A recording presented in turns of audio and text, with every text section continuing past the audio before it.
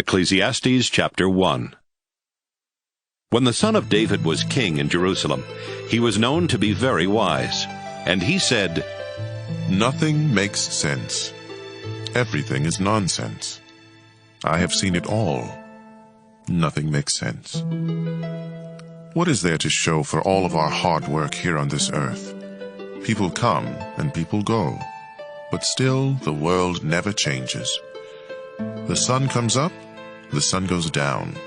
It hurries right back to where it started from. The wind blows south, the wind blows north. Round and round it blows over and over again. All rivers empty into the sea, but it never spills over. One by one the rivers return to their source. All of life is far more boring than words could ever say. Our eyes and our ears are never satisfied with what we see and hear. Everything that happens has happened before. Nothing is new. Nothing under the sun. Someone might say, here is something new. But it happened before, long before we were born. No one who lived in the past is remembered anymore, and everyone yet to be born will be forgotten too. I said these things when I lived in Jerusalem as king of Israel. With all my wisdom, I try to understand everything that happens here on earth. And God has made this so hard for us humans to do. I have seen it all, and everything is just as senseless as chasing the wind. If something is crooked, it can't be made straight. If something isn't there, it can't be counted. I said to myself, you are by far the wisest person who has ever lived in Jerusalem. You are eager to learn, and you have learned a lot. Then I decided to find out all I could about wisdom and foolishness. Soon I realized that this too was as senseless as chasing the wind. The more you know, the more you hurt. The more you understand, the more you suffer. Ecclesiastes chapter 2. I said to myself, have fun and enjoy yourself. But this didn't make sense. Laughing and having fun is crazy. What good does it do? I wanted to find out what was best for us during the short time we have on this earth. So I decided to make myself happy with wine and find out what it means to be foolish, without really being foolish myself. I did some great things. I built houses and planted vineyards. I had flower gardens and orchards full of fruit trees, and I had pools where I could get water for the trees. I owned slaves, and their sons and daughters became my slaves. I had more sheep and goats than anyone who had ever lived in Jerusalem. Foreign rulers brought me silver, gold, and precious treasures. Men and women sang for me, and I had many wives who gave me great pleasure. I was the most famous person who had ever lived in Jerusalem, and I was very wise. I got whatever I wanted and did whatever made me happy. But most of all, I enjoyed my work. Then I thought about everything I had done, including the hard work, and it was simply chasing the wind. Nothing on earth is worth the trouble. I asked myself, what can the next king do that I haven't done? Then I decided to compare wisdom with foolishness and stupidity. And I discovered that wisdom is better than foolishness, just as light is better than darkness. Wisdom is like having two good eyes. Foolishness leaves you in the dark. But wise or foolish, we all end up the same. Finally, I said to myself, being wise got me nowhere. The same thing will happen to me that happens to fools. Nothing makes sense. Wise or foolish, we all die and are soon forgotten. This made me hate life. Everything we do is painful. It's just as senseless as chasing the wind. Suddenly, I realized that others would someday get everything I had worked for so hard. Then I started hating it all. Who knows if those people will be sensible or stupid? Either way, they will own everything I have earned by hard work and wisdom. It doesn't make sense. I thought about all my hard work and I felt depressed. When we use our wisdom, knowledge, and skill to get what we own, why do we have to leave it to someone who didn't work for it? This is senseless and wrong. What do we really gain from all of our hard work? Our bodies ache during the day, and work is torture. Then at night, our thoughts are troubled. It just doesn't make sense. The best thing we can do is to enjoy eating, drinking, and working. I believe these are God's gifts to us, and no one enjoys eating and living more than I do. If we please God, He will make us wise, understanding, and happy. But if we sin, God will make us struggle for a living. Then He will give all we own to someone who pleases Him. This makes no more sense than chasing the wind. Ecclesiastes chapter 3. Everything on earth has its own time and its own season. There is a time for birth and death, planting and reaping, for killing and healing, destroying and building, for crying and laughing, weeping and dancing, for throwing stones and gathering stones, embracing and parting. There is a time for finding and losing, keeping and giving, for tearing and sowing, listening and speaking. There is also a time for love and hate, for war and peace. What do we gain by all of our hard work? I have seen what difficult things God demands of us. God makes everything happen at the right time, yet none of us can ever fully understand all He has done, and He puts questions in our minds about the past and the future. I know the best thing we can do is to always enjoy life, because God's gift to us is the happiness we get from our food and drink, and from the work we do. Everything God has done will last forever. Nothing He does can ever be changed. God has done all this so that we will worship Him. Everything that happens has happened before, and all that will be has already been. God does everything over and over again. Everywhere on earth, I saw violence and injustice instead of fairness and justice. So I told myself that God has set a time and a place for everything. He will judge everyone, both the wicked and the good. I know that God is testing us to show us that we are merely animals. Like animals, we breathe and die, and we are no better off than they are. It just doesn't make sense. All living creatures go to the same place. We are made from earth, and we return to the earth. Who really knows if our spirits go up and the spirits of the animals go down into the earth? We were meant to enjoy our work, and that's the best thing we can do. We can never know the future. Ecclesiastes chapter 4. I looked again and saw people being mistreated everywhere on earth. They were crying, but no one was there to offer comfort, and those who mistreated them were powerful. I said to myself, the dead are better off than the living. But those who have never been born are better off than anyone else, because they have never seen the terrible things that happen on this earth. Then I realized that we work and do wonderful things just because we are jealous of others. This makes no more sense than chasing the wind. Fools will fold their hands and starve to death. Yet a very little food eaten in peace is better than twice as much earned from overwork and chasing the wind. Once again, I saw that nothing on earth makes sense. For example, some people don't have friends or family, but they are never satisfied with what they own, and they never stop working to get more. They should ask themselves, why am I always working to have more? Who will get what I leave behind? What a senseless and miserable life. You are better off to have a friend than to be all alone, because then you will get more enjoyment out of what you earn. If you fall, your friend can help you up. But if you fall without having a friend nearby, you are really in trouble. If you sleep alone, you won't have anyone to keep you warm on a cold night. Someone might be able to beat up one of you, but not both of you. As the saying goes, a rope made from 3 strands of cord is hard to break. You may be poor and young, But if you are wise, you are better off than a foolish old king who won't listen to advice. Even if you were not born into the royal family and have been a prisoner and poor, you can still be king.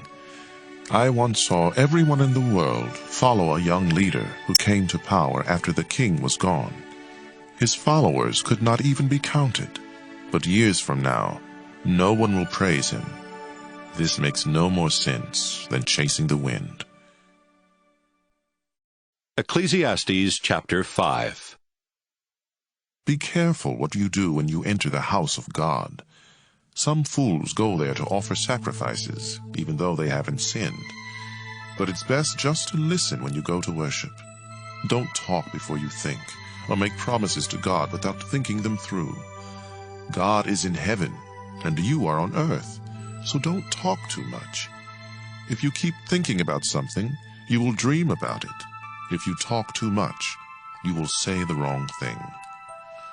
God doesn't like fools. So don't be slow to keep your promises to God. It's better not to make a promise at all than to make one and not keep it. Don't let your mouth get you in trouble. And don't say to the worship leader, "I didn't mean what I said." God can destroy everything you have worked for, so don't say something that makes God angry. Respect and obey God. Daydreaming leads to a lot of senseless talk. Don't be surprised if the poor of your country are abused, and injustice takes the place of justice. After all, the lower officials must do what the higher ones order them to do. And since the king is the highest official, he benefits most from the taxes paid on the land. If you love money and wealth, you will never be satisfied with what you have. This doesn't make sense either. The more you have, the more everyone expects from you. Your money won't do you any good. Others will just spend it for you. If you have to work hard for a living, you can rest well at night, even if you don't have much to eat. But if you are rich, you can't even sleep. I have seen something terribly unfair. People get rich, but it does them no good. Suddenly they lose everything in a bad business deal, then have nothing to leave for their children. They came into this world naked, and when they die, they will be just as naked. They can't take anything with them, and they won't have anything to show for all their work. That's terribly unfair. They leave the world just as they came into it. They gained nothing from running after the wind. Besides all this, they are always gloomy at mealtime, and they are troubled, sick, and bitter. What is the best thing to do in the short life that God has given us? I think we should enjoy eating, drinking, and working hard. This is what God intends for us to do. Suppose you are very rich and able to enjoy everything you own. Then go ahead and enjoy working hard. This is God's gift to you. God will keep you so happy that you won't have time to worry about each day. Ecclesiastes chapter 6. There is something else terribly unfair, and it troubles everyone on earth. God may give you everything you want, money, property, and wealth. Then God doesn't let you enjoy it, and someone you don't even know gets it all. That's senseless and terribly unfair. You may live a long time and have 100 children, but a child born dead is better off than you, unless you enjoy life and have a decent burial. That child will never live to see the sun or have a name, and it will go straight to the world of darkness. But it will still find more rest than you, even if you live 2,000 years and don't enjoy life. As you know, we all end up in the same place. We struggle just to have enough to eat, but we are never satisfied. We may be sensible, yet we are no better off than a fool. And if we are poor, it still doesn't do us any good to try to live right. It's better to enjoy what we have than to always want something else, because that makes no more sense than chasing the wind. Everything that happens was decided long ago. We humans know what we are like, and we can't argue with God, because he is too strong for us. The more we talk, the less sense we make. So what good does it do to talk? Life is short and meaningless, and it fades away like a shadow. Who knows what is best for us? Who knows what will happen after we are gone? Ecclesiastes chapter 7. A good reputation at the time of death is better than loving care at the time of birth. It's better to go to a funeral than to attend a feast. Funerals remind us that we all must die. Choose sorrow over laughter, because a sad face may hide a happy heart. A sensible person mourns, but fools always laugh. Harsh correction is better than the songs of a fool. Foolish laughter is stupid. It sounds like thorns crackling in a fire. Corruption makes fools of sensible people, and bribes can ruin you. Something completed is better than something just begun.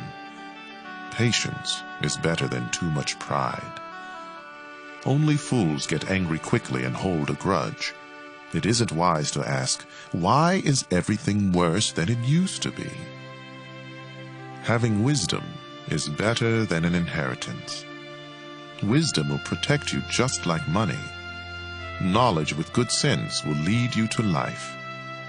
Think of what God has done.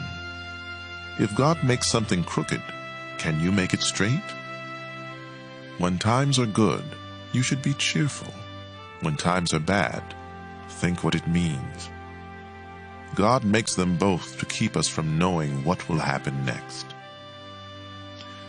I have seen everything during this senseless life of mine.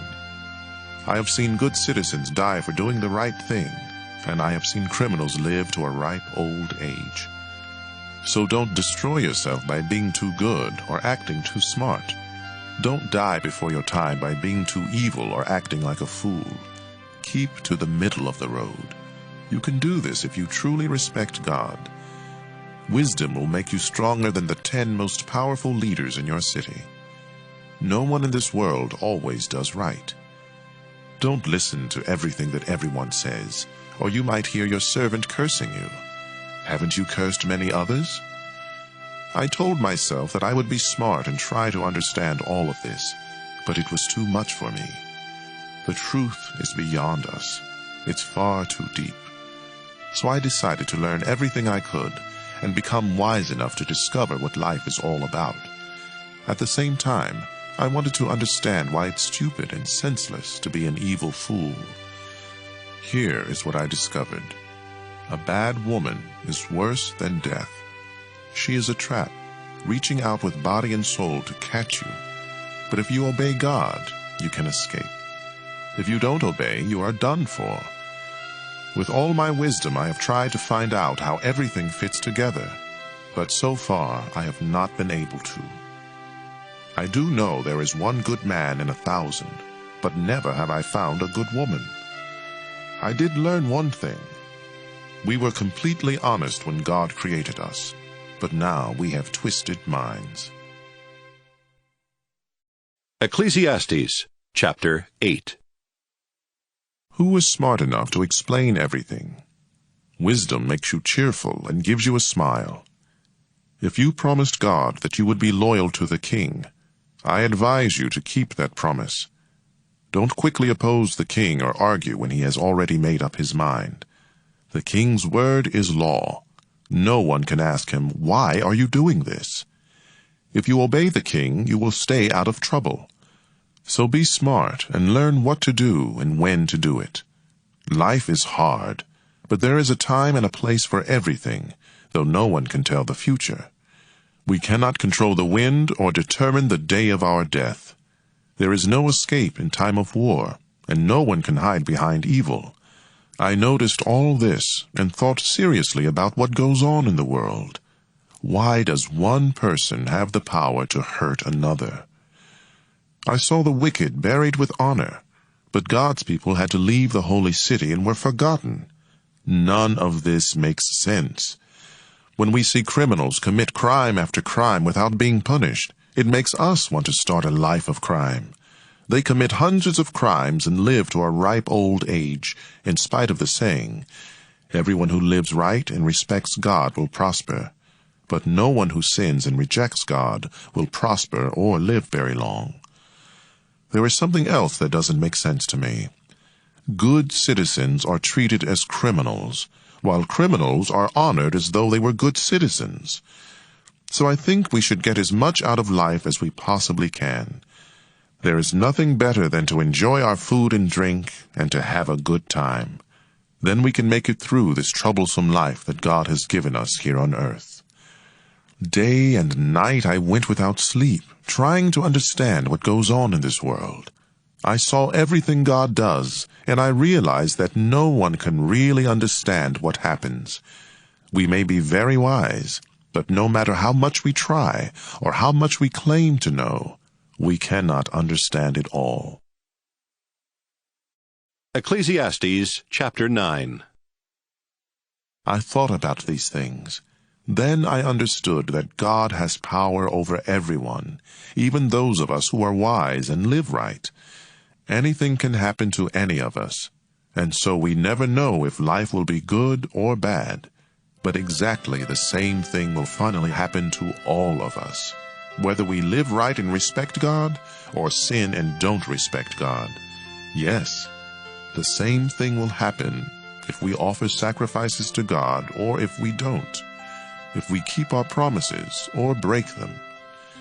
It's terribly unfair for the same thing to happen to each of us. We are mean and foolish while we live, and then we die. As long as we are alive, we still have hope, just as a live dog is better off than a dead lion. We know that we will die, but the dead don't know a thing. Nothing good will happen to them. They are gone and forgotten. Their loves, their hates, and their jealous feelings have all disappeared with them. They will never again take part in anything that happens on this earth. Be happy and enjoy eating and drinking. God decided long ago that this is what you should do. Dress up, comb your hair, and look your best. Life is short, and you love your wife, so enjoy being with her. This is what you are supposed to do as you struggle through life on this earth. Work hard at whatever you do. You will soon go to the world of the dead, where no one works or thinks or reasons or knows anything. Here is something else I have learned. The fastest runners and the greatest heroes don't always win races and battles. Wisdom, intelligence, and skill don't always make you healthy, rich, or popular. We each have our share of bad luck. None of us know when we might fall victim to a sudden disaster and find ourselves like fish in a net or birds in a trap. Once I saw what people really think of wisdom. It happened when a powerful ruler surrounded and attacked a small city where only a few people lived. The enemy army was getting ready to break through the city walls, but the city was saved by the wisdom of a poor person who was soon forgotten. So I decided that wisdom is better than strength. Yet if you are poor, no one pays any attention to you, no matter how smart you are. Words of wisdom spoken softly make much more sense than the shouts of a ruler to a crowd of fools. Wisdom is more powerful than weapons, yet one mistake can destroy all the good you have done. Ecclesiastes chapter 10. A few dead flies in perfume make all of it stink, and a little foolishness outweighs a lot of wisdom. Sensible thoughts lead you to do right. Foolish thoughts lead you to do wrong. Fools show their stupidity by the way they live. It's easy to see they have no sense. Don't give up your job when your boss gets angry. If you stay calm, you'll be forgiven. Some things rulers do are terribly unfair. They honor fools, but dishonor the rich. They let slaves ride on horses, but force slave owners to walk. If you dig a pit, you might fall in. If you break down a wall, a snake might bite you. You could even get hurt by chiseling a stone or chopping a log. If you don't sharpen your axe, it will be harder to use. If you are smart, you'll know what to do. The power to charm a snake does you no good if it bites you anyway. If you talk sensibly, you will have friends. If you talk foolishly, you will destroy yourself. Fools begin with nonsense, and their stupid chatter ends with disaster. They never tire of talking, but none of us really know what the future will bring. Fools wear themselves out. They don't know enough to find their way home. A country is in for trouble when its ruler is childish and its leaders party all day long. But a nation will prosper when its ruler is mature and its leaders don't party too much. Some people are too lazy to fix a leaky roof. Then the house falls in. Eating and drinking make you feel happy, and bribes can buy everything you need. Don't even think about cursing the king. Don't curse the rich, not even in secret. A little bird might hear and tell everything. Ecclesiastes chapter 11. Be generous, and someday you will be rewarded. Share what you have with 7 or 8 others, because you never know when disaster may strike. Rain clouds always bring rain. Trees always stay wherever they fall. If you worry about the weather and don't plant seeds, you won't harvest a crop. No one can explain how a baby breathes before it is born. So how can anyone explain what God does? After all, He created everything. Plant your seeds early in the morning and keep working in the field until dark. Who knows? Your work might pay off, and your seeds might produce. Nothing on earth is more beautiful than the morning sun. Even if you live to a ripe old age, you should try to enjoy each day, because darkness will come and will last a long time. Nothing makes sense. Be cheerful and enjoy life while you are young. Do what you want and find pleasure in what you see. But don't forget that God will judge you for everything you do. Rid yourself of all worry and pain, because the wonderful moments of youth quickly disappear. Ecclesiastes chapter 12. Keep your Creator in mind while you are young. In years to come you will be burdened down with troubles and say, I don't enjoy life anymore. Someday the light of the sun and the moon and the stars will all seem dim to you. Rain clouds will remain over your head. Your body will grow feeble, your teeth will decay, and your eyesight fail. The noisy grinding of grain will be shut out by your deaf ears, but even the song of a bird will keep you awake. You will be afraid to climb up a hill or walk down a road. Your hair will turn as white as almond blossoms. You will feel lifeless and drag along like an old grasshopper. We each go to our eternal home, and the streets are filled with those who mourn. The silver cord snaps, the golden bowl breaks, the water pitcher is smashed, and the pulley at the well is shattered. So our bodies return to the earth, and the life-giving breath returns to God. Nothing makes sense. I have seen it all. Nothing makes sense. I was a wise teacher with much understanding, and I collected a number of proverbs that I had carefully studied. Then I tried to explain these things in the best and most accurate way. Words of wisdom are like the stick a farmer uses to make animals move. These sayings come from God, our only shepherd, and they are like nails that fasten things together. My child, I warn you to stay away from any teachings except these. There is no end to books, and too much study will wear you out. Everything you were taught can be put into a few words. Respect and obey God. This is what life is all about. God will judge everything we do, even what is done in secret, whether good or bad.